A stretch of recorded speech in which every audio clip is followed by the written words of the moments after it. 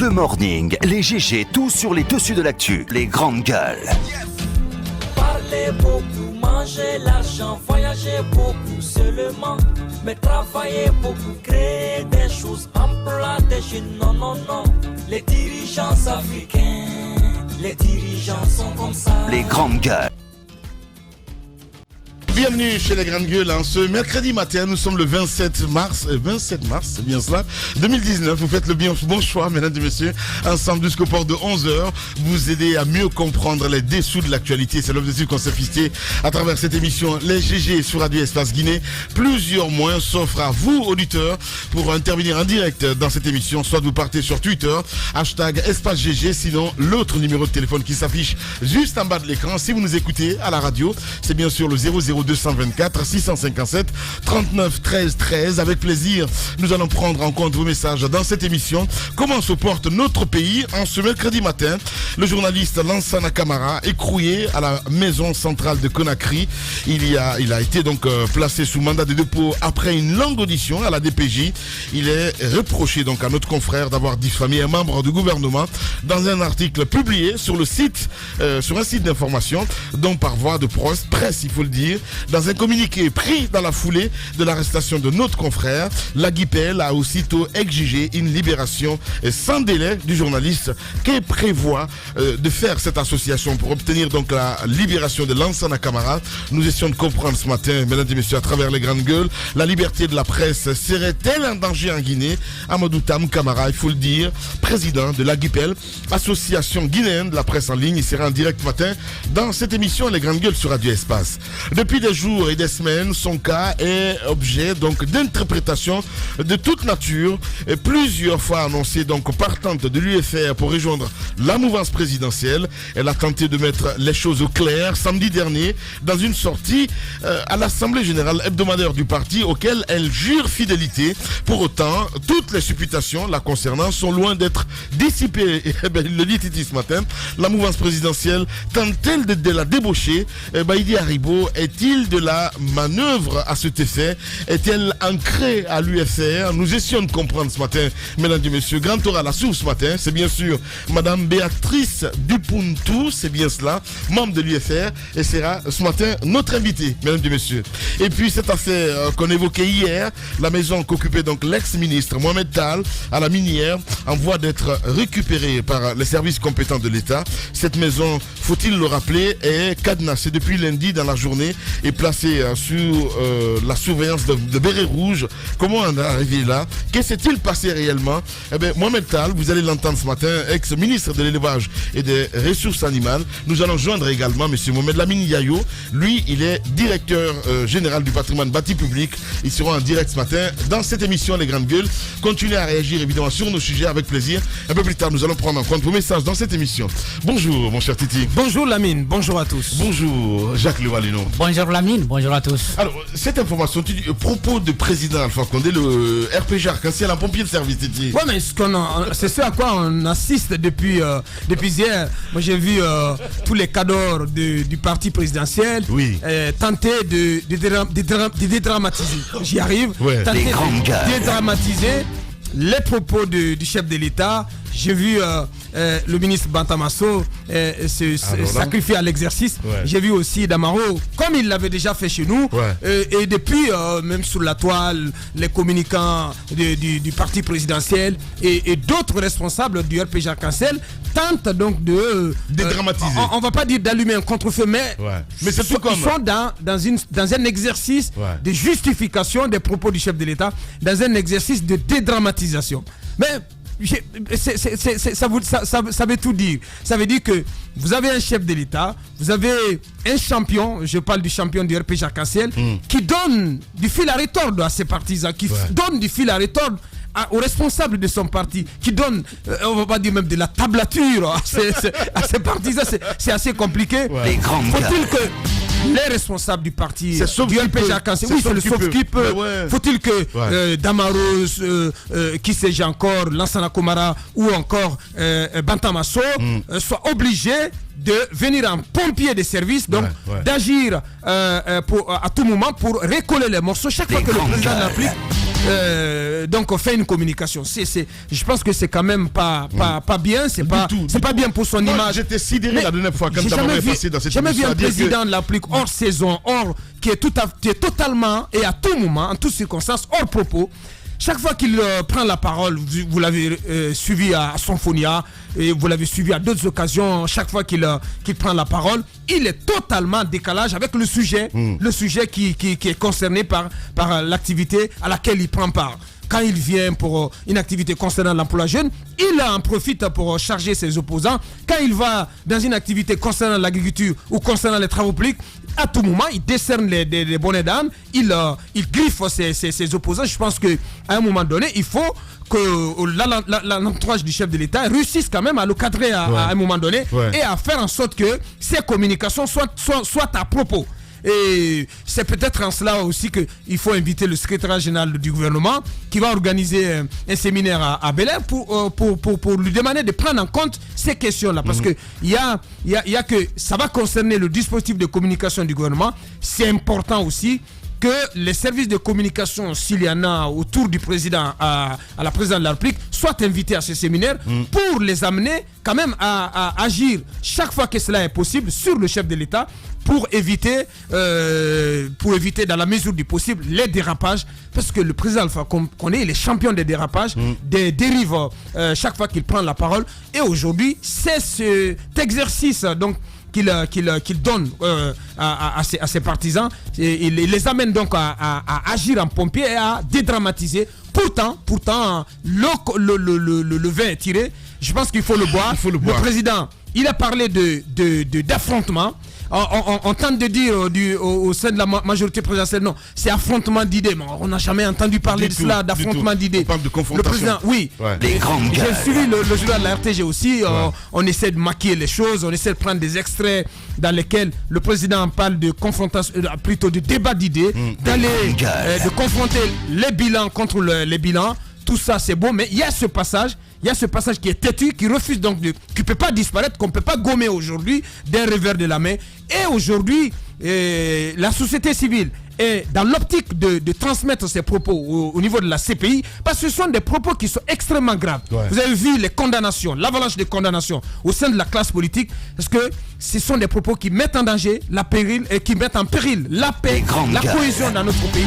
On ne peut pas faire dans le maquignonnage linguistique pour essayer de dramatiser. Ce n'est pas possible, c'est un exercice qui ne passe pas. Voilà, qui ne passe pas. Allez-y, mon cher Jacques. Et pourtant, avec l'arrivée de Bella quand même à la présidence, on se dit, peut-être ça serait un peu contrôlé, la com. Bon, si c'est le président de la République, oui, elle bien est pas sûr. ministre de l'information, celle-là. Je sais. Si bien entendu, elle gère la communication du président de la République, je crois que elle pourrait atteindre, n'est-ce pas, son objectif. Mais si elle doit gérer la communication de Alpha Condé, le militant du RPG, je crois que ça peut paraître un peu compliqué. Et la dernière fois, c'est ce qu'il a dit. De toute façon, quand elle a été nommée, nous avons dit le lendemain ici. Pour te dire, on n'a aucun doute sur ses compétences. Cette dame, elle a fait ses preuves. On n'a plus besoin de la présenter en dîner. Mais faut-il qu'elle ait les marges de manœuvre au plan comment je vais dire ça, prérogative, mais aussi en termes de moyens. Depuis qu'elle a été nommée, je pense qu'elle est un peu sous les nuages. Je crois que c'est beaucoup plus. C'est complexe. C'est beaucoup plus en termes de prérogatives. Parce qu'elle cherche d'abord ses marques. Elle cherche à savoir où poser les pieds. C'est pas possible. C'est un univers. Non, mais c'est carabiné là. Est-ce que le président de la République a même besoin d'un service de communication? Je crois que même les Rachid Ndiaye, je crois on peut leur reprocher ce qu'on leur reproche, mais je crois que ce sont des personnes qui ont quand même du talent et qui, bien entendu, s'ils étaient écoutés, pouvaient un peu améliorer la communication du président de la République. Mais il n'a pas envie de se soumettre aux instructions d'un service de communication. Et pourtant, c'est pas monsieur tout le monde. Et ça devient compliqué quand même. De toute façon, la dernière fois, il y a quelque chose qu'on n'a pas souligné et qui me paraît quand même très intéressant à faire remarquer dans cette sortie du président de la République. Il l'a fait devant, dit-on, les structures scolaires et universitaires du RPG Arc-en-Ciel. Je crois que ça ne doit pas passer inaperçu. La politique dans les universités, on peut comprendre. Ce sont les étudiants qui ont une certaine maturité, donc ils peuvent prendre part au débat public. Mais les structures scolaires, c'est-à-dire lui donne le temps qu'il peut ramener, n'est-ce pas, la politique au niveau des collèges, des lycées. Je crois que ça, il faut qu'on note cela. Le président de la République a, au nom de son parti, communiqué avec les élèves de notre pays de la politique à qui il a dit préparez-vous pour le débat, préparez-vous pour les affrontements. Ça, c'était grave.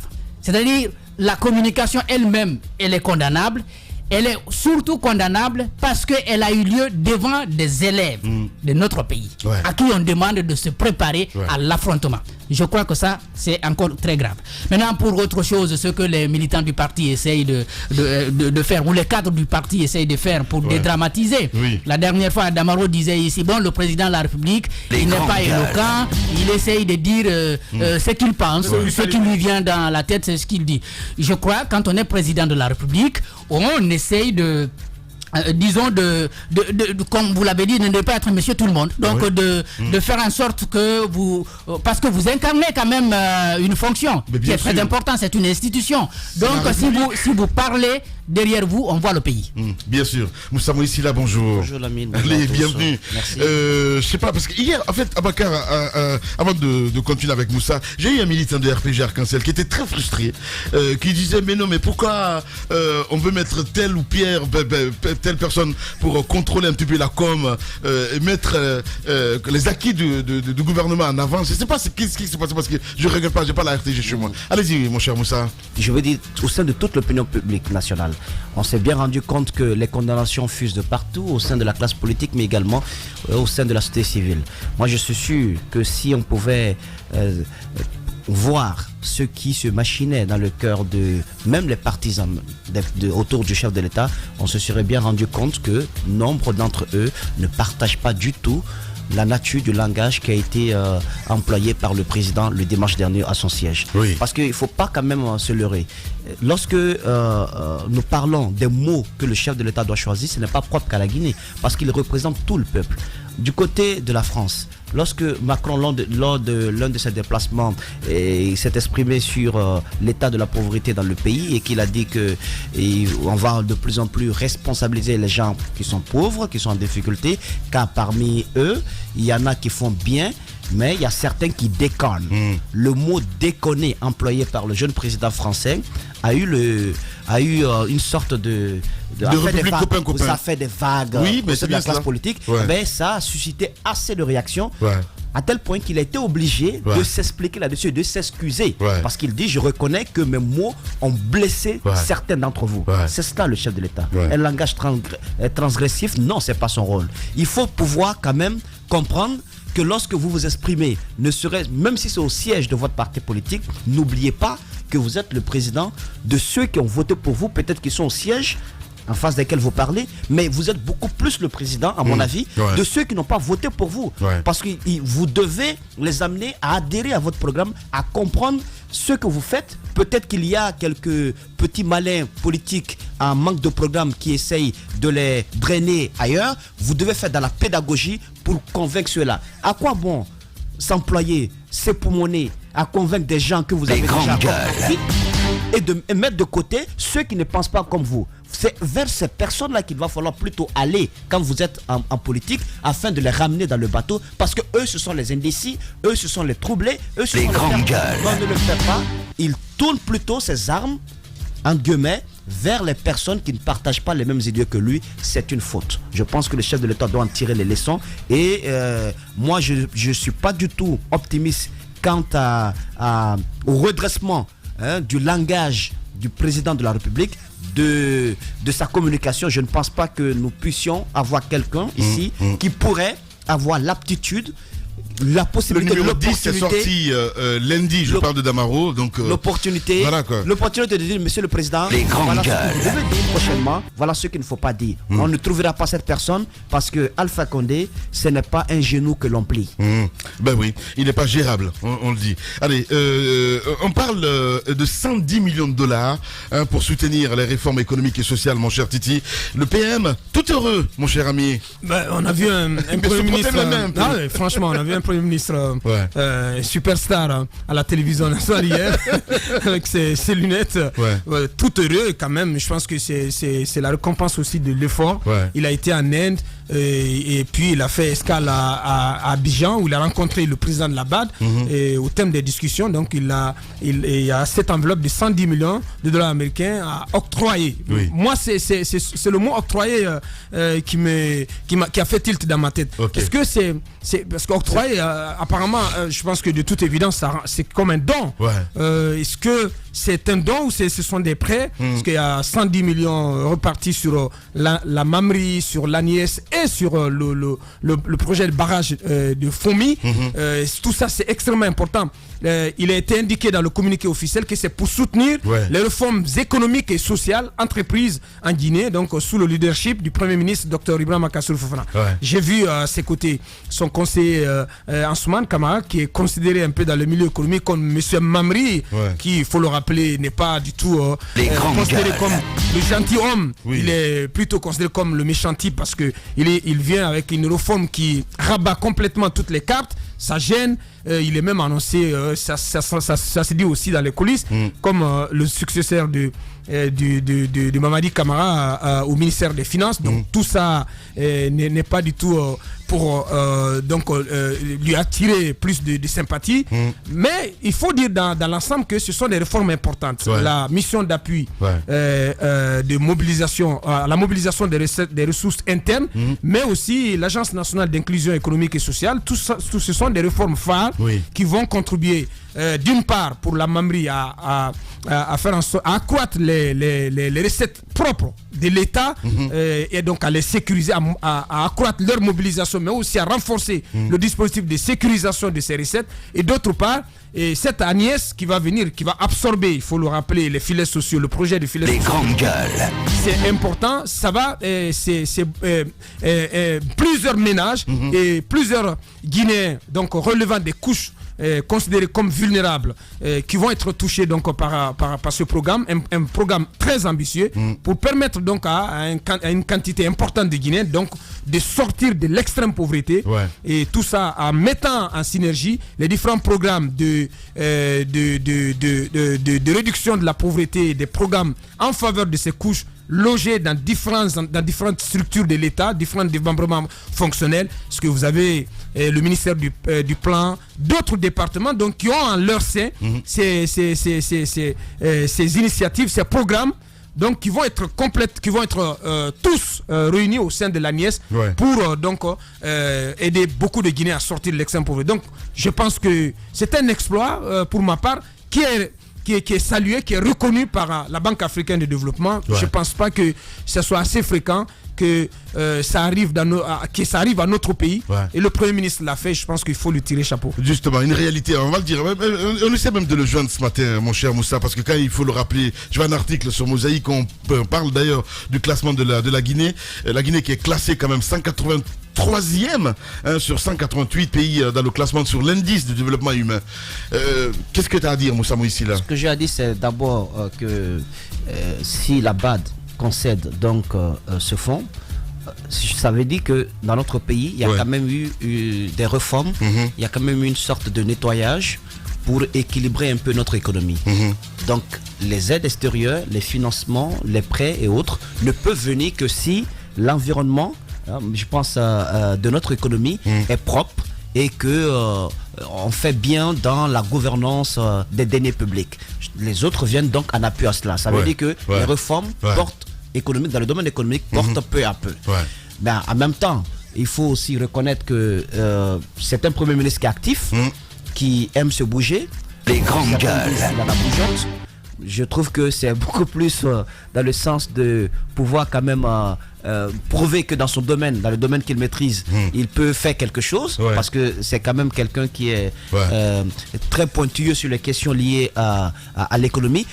Mais il faut aussi leur rappeler que quel que soit l'argent qu'on pourra drainer de l'étranger pour la Guinée, justement, la plupart de ces déjà vu, c'est déjà entendu. Non mais excuse-moi Moussa, le peuple aujourd'hui veut du concret, c'est très important. Quel que soit. Lui-même il l'a dit. Exactement, c'est du concret. Mais là, écoutez, non, je suis désolé Abaka. C'est du concret quand même, Moussa. Abaka, je suis... Non, il y a longtemps.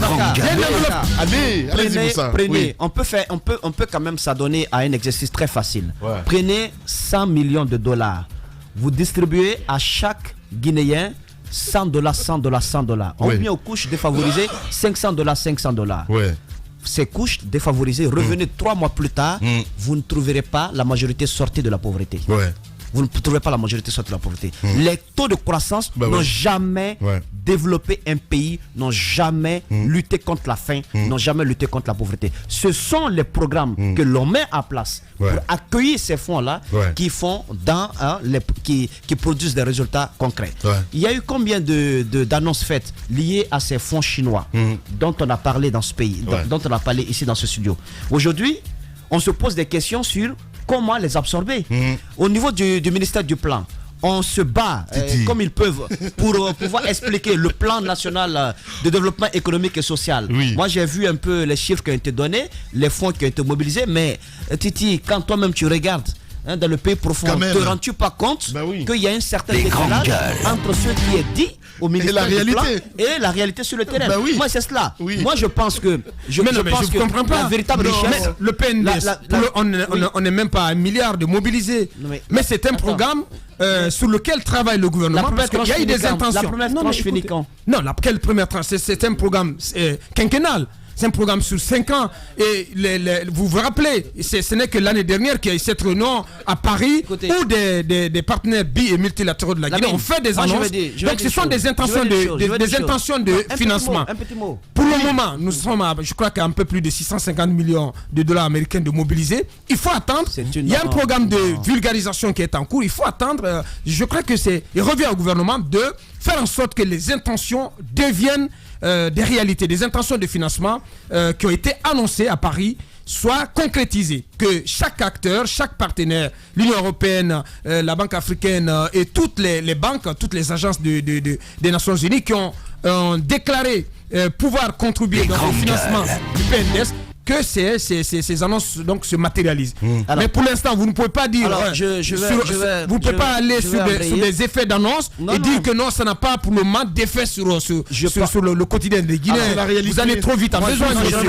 Mais non, franchement, allez-y Moussa Moïse. Il n'y a de richesse, que l'homme. C'est extraordinaire. Vous comprenez? C'est le premier déterminant, à mon avis. C'est le premier déterminant. Tu vas carrément faire ta fête encore ce matin. Allez-y. C'est le premier déterminant. Lorsqu'on parle du PNDS ici, c'est l'équivalent du plan Sénégal émergent du côté du Sénégal. Il faut parler des trains qui arrivent à l'heure aussi. Je comprends. Oui. C'est l'équivalent du plan Sénégal émergent. On ne peut pas être tout négatif tous les jours quand même. Mais quand c'est bon, il faut le dire. Moi, j'ai pas peur Attends, mais Abaka, je te comprends pas. Les grandes gueules. À tes yeux, je trouve que c'est bon à certains niveaux, mais tout n'est pas défendu. Je suis libre de mes opinions. Bien. Personne ne te le dénie. Mais en même temps, souffre d'écouter aussi mon son de cloche. On n'est pas obligé de sonner à la même heure. Ben oui, voilà. Je suis d'accord. Alors, moi, j'estime que la plus grande richesse dans un pays, c'est l'humain. Lamine, quoi qu'on dise, quelle que soit la force du Premier ministre et de son équipe dans la mobilisation des fonds à l'étranger, si on ne met pas l'accent sur l'encadrement à la base des citoyens, des couches les plus défavorisées, ça ne produira aucun résultat. Les statistiques pourront être fournies par les grands économistes de ce pays, mais ça ne reflétera jamais la réalité. Je prends juste un petit exemple, c'est pas parce que je voudrais faire dans l'acharnement, mais dans la négativité. Dans la négativité, prenez dans 2 ou 3 ans. Prenez dans 2 ou 3 ans le sort de ces jeunes, par exemple, c'est une minorité, mais de ces jeunes qui avaient une petite entreprise, qui avaient des PME situées sur Kipe 2 ou à Kaporaï, dont les PME ont été détruites, dont les locaux ont été détruits, Il y avait quelques associations, il y avait des jeunes qui avaient des associations sur place qui ont pu construire quand même des entreprises. Ça a été détruit. Prenez sur 2 ou 3 ans, l'État ne va pas les accompagner. Quels que soient les fonds mobilisés de part et d'autre, comment ces jeunes pourront sortir de l'ornière et relancer leurs affaires? Voici de véritables questions. On ne peut pas de l'autre côté prendre de l'argent à l'étranger sous forme de prêt, et de l'autre côté, mettre complètement à l'eau ceux qui essayent de sortir la tête justement de la pauvreté. C'est extraordinaire. Oui, la première des choses par rapport au montant. Et on va dire, bon, la BAD octroie, on sait que c'est une banque, et il y a souvent, ça nous a rattrapé par le passé, parce qu'on a donné l'impression, par exemple, avec l'atteinte du PPTE, que c'était de l'argent que les Guinéens recevaient tout de suite. Donc il y a souvent des informations qui ne sont pas données entièrement. Si on dit octroyer, est-ce que, comme on est en train de se demander, est-ce que c'est un don, est-ce que c'est cadeau, est-ce que c'est un prêt, je crois que cette information mérite d'être précisée, parce que la BAD c'est une banque, donc on peut estimer que ce n'est pas un don. Donc il va falloir dire ça aux Guinéens clairement que c'est un don, donc il va falloir rembourser. Ça c'est la première des choses. La seconde des choses, vous avez soulevé quelque chose par rapport à l'indice du développement humain. Je pense que c'est des chiffres sur lesquels le gouvernement ne s'appuie pas très souvent. Il préfère parler plutôt du taux de croissance, parce que ça c'est vu par les institutions internationales, les institutions économiques internationales. On dit bon, voilà ce que la Guinée a réalisé, mais on sait pertinemment que ça n'a pas d'incidence directe sur le quotidien des Guinéens. Et l'indice du développement humain, c'est le déterminant. C'est l'accès pour chaque Guinéen aux biens, l'accès pour chaque Guinéen aux services de santé, à l'éducation, etc., etc. Et je pense que quand on regarde aujourd'hui les choses, on se rend à l'évidence, bien évidemment, que les Guinéens ne sont pas en train de changer. En tout cas, on n'est pas en train individuellement de grandir économiquement. Donc, même s'il y a ces réformes qui sont engagées, réformes à encourager bien sûr, mais on voudrait que ces réformes-là soient orientées un peu vers le Guinéen, que ça soit centré sur le Guinéen ou lui-même. Bien, allez, en conclusion, comme le dit le service com du côté de la primature sur Espace TV, vous voyez le tableau à l'instant T. Le président Adesina donc a indiqué les engagements fermes de la Banque africaine de développement pour soutenir donc à hauteur de 110 millions de dollars les réformes économiques et sociales. Donc on voit le tableau pour l'instant à l'instant T sur Espace TV. Pour la Mamri, donc 15 millions de dollars américains. Pour la Nièce, 55 millions de dollars américains. Pour le barrage Fomi, 40 millions de dollars américains. Pour l'assistance technique, 0. Véritable success story de la radio Espace Guinée, les grandes gueules, détentrices des meilleurs scores radio en Guinée, de la meilleure émission talk show, a donné le créneau horaire du départ au bureau et du retour à la maison, récoltant depuis des années consécutives le titre d'émission la plus écoutée en Guinée, toutes catégories confondues. Un grand total de plus de 5 millions d'auditeurs ont été fidèles au talk show Les GG, diffusé jour après jour sur toutes les stations du réseau Adafo Média de 9h à 10h30, un exploit qui restera longtemps dans les annales de la bande FM en Guinée.